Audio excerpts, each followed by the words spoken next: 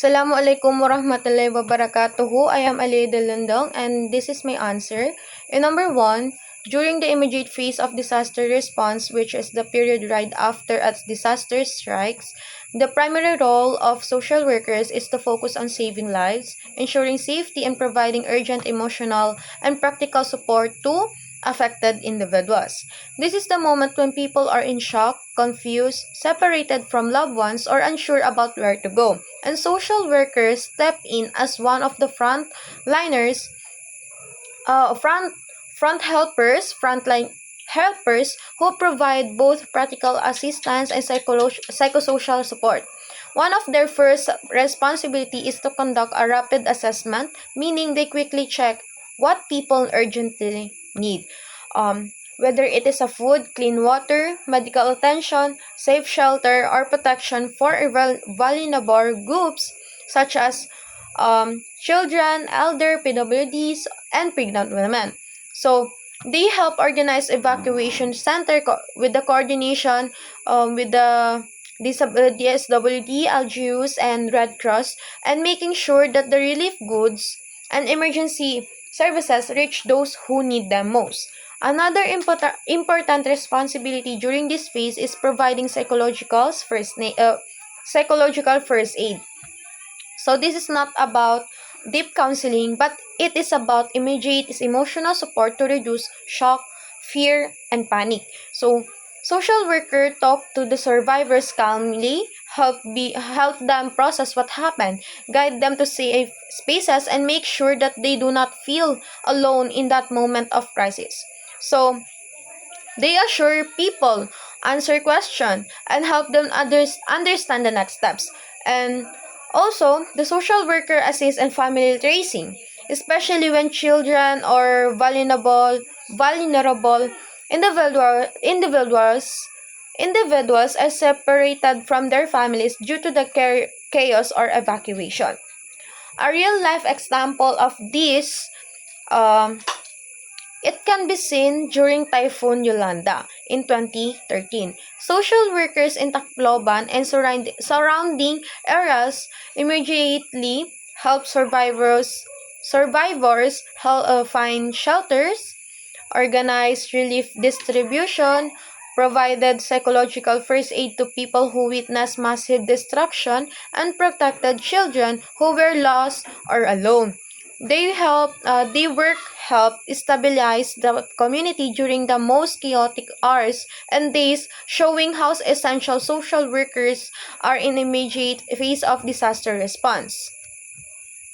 So, in number 2 naman, my answer in number 2 is social workers decide which approach to use during disaster response by carefully considering the phase of the disaster, the needs of the community, and the resources available at that specific moment.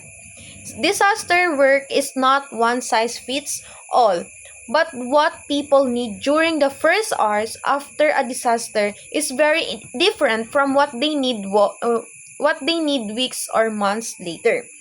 To guide their decisions, social workers follow the disaster management cycle, which includes the mitigation, preparedness, response, and recovery. So each phase requires a different approach. For example, during the response phase, social workers use the social workers use a crisis intervention in psychological first aid because people are in immediate distress. But during the recovery phase, they shift towards management, counseling, rehabilitation, planning, and community organizing because people are trying to rebuild their lives rather than simply survive.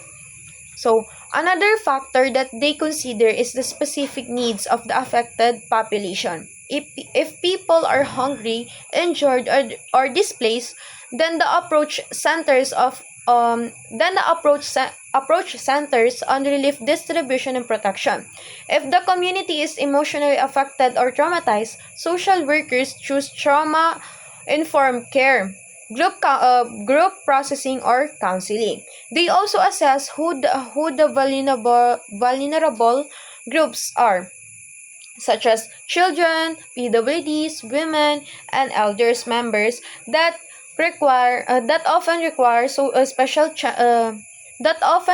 special attention due to the high risk during disaster. So social workers also evaluate the available resources, such as what agencies are present, or what services can be provided immediately. So a real example in this is the Marawi siege in 2017. During the conflict and evacuation social workers use emergency focused approaches such as crisis intervention, evacuation assistance, debriefing, and relief distribution because people were fleeing danger. However, once the community entered the recovery phase, the approach changed. So, social workers started from doing long-term work such as livelihood assistance, case management for displaced families.